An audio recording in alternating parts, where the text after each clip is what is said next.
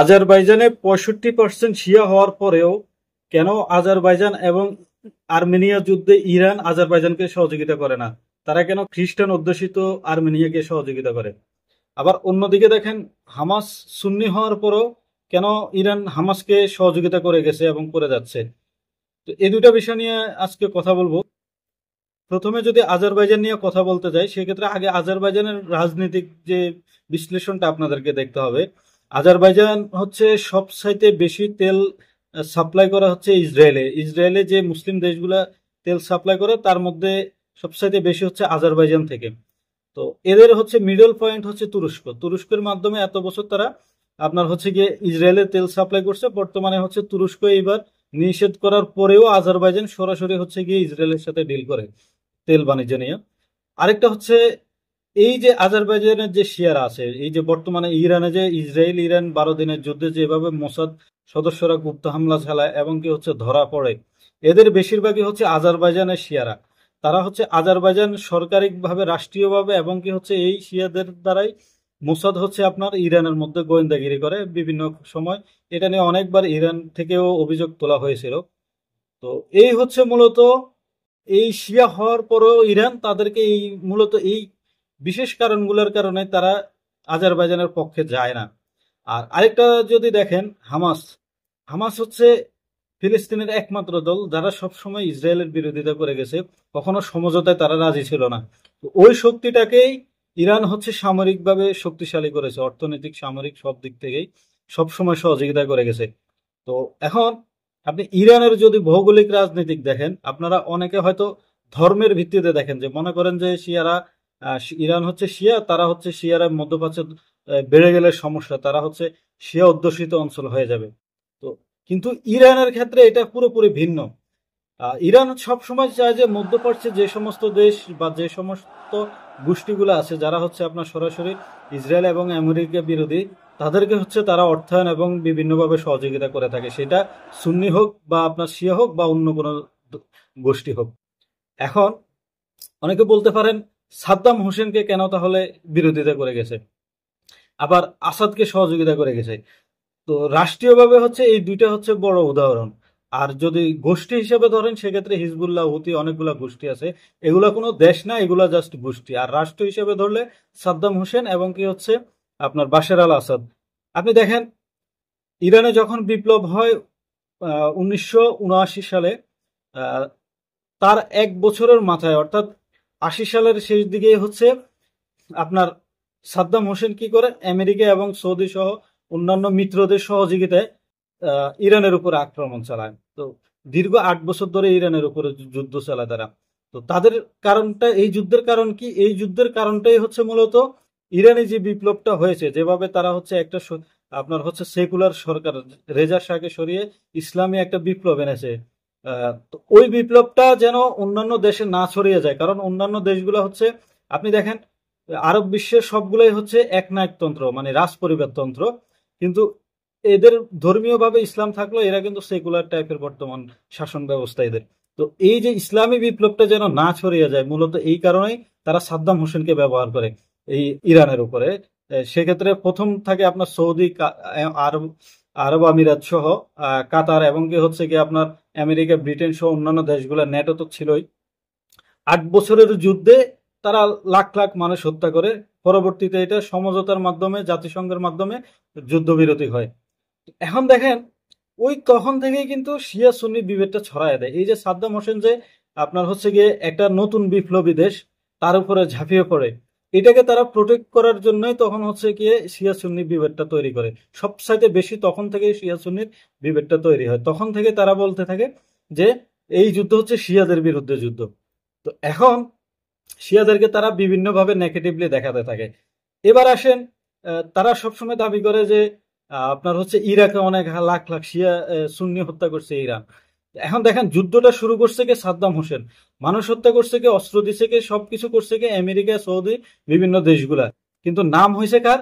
ইরানের। যে ইরান হচ্ছে গিয়ে আক্রমণ করছে, ইরান হচ্ছে সুন্নি হত্যা করছে।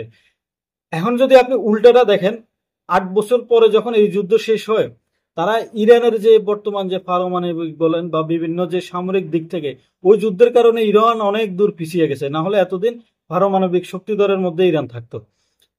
তো এখন হচ্ছে এই যে যখন আবার সাদ্দাম হোসেন যখন অর্থনৈতিকভাবে দুর্বল হয়ে গেল, যারা তাকে দিয়ে এই ইরানের উপর আক্রমণ করালো, তারা যখন আস্তে আস্তে সাদ্দাম হোসেন থেকে সরে যেতে থাকে এবং তার দেনা পাওনার হিসাব নিতে থাকে, তখনই হচ্ছে তাদের মধ্যে ফাটল তৈরি হয়। সাদ্দাম হোসেন পরবর্তীতে কুয়েত আক্রমণ করে, কুয়েত যখন তার পাওনা দাবি করে।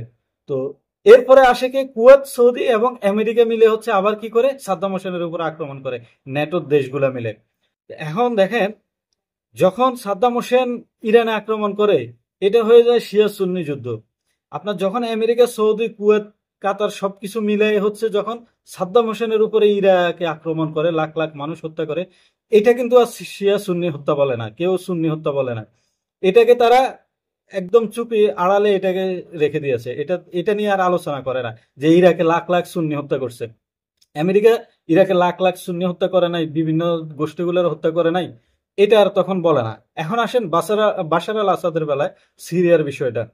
আপনি সিরিয়াতে দেখেন কি হয়েছে, একটা সামরিক অভ্যুত্থান হয়েছে। আপনার এটা আমাদের দেশে যেরকম গণ অভ্যুত্থান, সিরিয়াটা পুরোপুরি ভিন্ন, এটা সামরিক অভ্যুত্থান। এখানে কয়েকটি পুরো বিশ্ব মিলে জড়িত ছিল এই সামরিক অভ্যুত্থানে। আপনি দেখেন সিরিয়ার বেলা হয়েছে কি, বাশার আল আসাদ সেকুলার ছিল, সে ধার্মিক না, কিন্তু পশ্চিমা বিরোধী ছিল। যেমনটা ছিল সাদ্দাম হোসেন, সাদ্দাম হোসেনও কখনো ধার্মিক ছিল না, সে পশ্চিমা বিরোধী ছিল। তো এইরকম আর কি। তো এখন হচ্ছে আপনার এই যে বাশার আল আসাদকে সরানোর জন্য তারা কি করছে, বিদ্রোহ ঘটাইছে। বিদ্রোহ ঘটানোর পিছনে কি আইএস, আমেরিকা এবং কি হচ্ছে বিভিন্ন গোষ্ঠীগুলা, আল কায়দা সহ কয়েকটা গোষ্ঠীকে তারা ব্যবহার করছে। প্রি সিরিয়ান আর্মি, যেটা তুরস্ক যেটাকে নেতৃত্ব দিয়েছে। তো এই যুদ্ধটাকে প্রোটেক্ট করার জন্য তারা এখানে একদম সুন্দরভাবে হচ্ছে শিয়া সুন্নিটা ঢুকাই দিয়েছে। কি বলতেছে যে আপনার আসাদ হচ্ছে লাখ লাখ সুন্নি হত্যা করতেছে, তো ইরান এবং আসাদ মিলে সুন্নি হত্যা করতেছে। তো এটা হচ্ছে তাদের ভাষ্য মতো। আপনি দেখেন যখন এই যুদ্ধটা শুরু হয়, অভ্যুত্থান শুরু হয়, আপনার আসাদ কিন্তু শুধু যে শিয়া দেখে বা সুন্নি দেখে হত্যা করে না, সে অভ্যুত্থানের সাথে জড়িত খ্রিস্টান, কুর্দি, আপনার হচ্ছে ড্রুজ, যত ধরনের গোষ্ঠী ছিল সবগুলোর বিরুদ্ধে সে যুদ্ধ করেছে এবং সবগুলো গোষ্ঠী একসাথে হয়ে তার বিরুদ্ধে যুদ্ধ করেছে। এটা একটা সরকার এবং হচ্ছে জনগণের মধ্যে আপনার হচ্ছে এবং বিশ্ব রাজনৈতিক বিশ্ব দেশগুলোর মধ্যে একটা অভ্যুত্থান ছিল। এটা কখনো শিয়া সুন্নির বিভেদ ছিল না। তো এটাকে প্রোটেক্ট করার জন্য মূলত শিয়া সুন্নি ট্যাগটা দিয়ে দেওয়া হয়, যার কারণে এই এই যে এত বড় একটা সংঘাত গেল, একটা দেশ আপনার পুরোপুরি ধ্বংস করে দেওয়া হলো, এইটাকে প্রোটেক্ট করেছে কে? এই দেখেন আপনি শিয়া, আপনার হচ্ছে সিরিয়া নিয়ে কেউ আফসোস করবে না, মানে সিরিয়ার জনগণ নিয়েও আফসোস করবে না, তারা শুরুতেই চলে আসবে শিয়া সুন্নির মধ্যে। তো এই হচ্ছে বর্তমানে যে আপনার বিশ্ব রাজনীতির মধ্যে ট্যাগ দেওয়া। আপনি দেখেন সামরিকভাবে যখন একটা দেশের সাথে না পারবে, ওইটাকে তখন ধর্মীয়ভাবে আঘাত করা শুরু করবে। সিরিয়াও ছিল এরকম, সামরিকভাবে যখন অভ্যুত্থান হয় নাই, তখন বিশ্ব মোড়লরা ওখানে ঢোকার জন্যই মূলত এই শিয়া সুন্নি বিভেদটা তৈরি করে দিয়েছে। তো এটা এখন হালাল হয়ে গেছে। আপনি দেখেন লিবিয়ার বেলায়, দেখেন লিবিয়াতে কি হয়েছে, লিবিয়ার মোহাম্মদ গাদ্দাফি সুন্নি ছিল না, তার গোষ্ঠী সুন্নি ছিল না, তাকে সরিয়ে দেওয়া হয়েছে। ওখানে কিন্তু আর কেউ বলে না যে আমেরিকা গিয়ে সুন্নি হত্যা করছে বা আরব দেশগুলো মিলে গিয়ে সুন্নি হত্যা করছে, ওইটা তখন আর বলে না, ওইটাকে আড়ালে রেখে দিয়েছে। যেমনটা ওই যে আপনার হচ্ছে সৌদি আমেরিকা মিলে যেরকম সাদ্দাম হোসেনকে আপনার হচ্ছে উৎখাত করে, এইরকম করে লিবিয়ারটাও তারা আড়াল করে রেখেছে। তারা নাম দিয়েছে কি, আপনার হচ্ছে গিয়ে ওই শুধু সিরিয়ারটাই বলবে আর ইরান যে যুদ্ধ করছে ওইটাই বলবে। তো এই হচ্ছে মূলত তাদের এখন এই যে বিভিন্ন ক্ষেত্রে শিয়া সুন্নি জিনিসটা টেনে নিয়ে আসা, এটা কারা করে? যারা এই যুদ্ধগুলা করে সুবিধা ভোগ করে, তারাই হচ্ছে এটাকে অনেক বড় করে দেখায় যে আমরা হচ্ছে শিয়া সুন্নির যুদ্ধ করতেছি, ইসলামের জন্য যুদ্ধ করতেছি, এইরকম একটা তারা ধর্মীয়ভাবে এটাকে প্রোটেক্ট করে। ইরান কখনো ধর্ম, জাত এবং জাতি দেখে তারা সহযোগিতা বা শত্রুতা করে না। সেটা যদি হতো তাহলে আজারবাইজানে 65% শিয়া হওয়ার পরও আজারবাইজান এবং আর্মেনিয়া যুদ্ধে তারা কখনো আর্মেনিয়ার পক্ষে যেত না, তারা আজারবাইজানের পক্ষেই থাকতো। এবং অন্যদিকে হামাস, ফিলিস্তিন এবং ইসরায়েল যুদ্ধে তারা কখনো হামাসের পক্ষে যেত না, হামাস সুন্নি হওয়ার পরেও। তারা বিপ্লবের আগে এবং পরে থেকে ইরানিরা এটাই বিশ্বাস করে যে ইসরায়েল হচ্ছে এই অঞ্চলের শত্রু, মুসলিম উম্মার শত্রু, আমেরিকা হচ্ছে মুসলিম উম্মার শত্রু। তারা এই দুইটা শত্রুকে তাদের অন্তরে গেঁথে নিয়েছে। এখন এই দুইটা শত্রুর বিপক্ষে যারাই থাকবে, সেটা কোনো দেশ হোক, জাতি হোক, শিয়া হোক, সুন্নি হোক বা অন্য কোনো গোষ্ঠী হোক, তারা ওই জাতিটাকেই সহযোগিতা করবে, সেটা যে কোনো মূল্যেই হোক, সামরিক হোক, অর্থনৈতিক ভাবে হোক। তারা তারা ওই বিরোধীটাকেই তারা হচ্ছে সবসময় সহযোগিতা করে।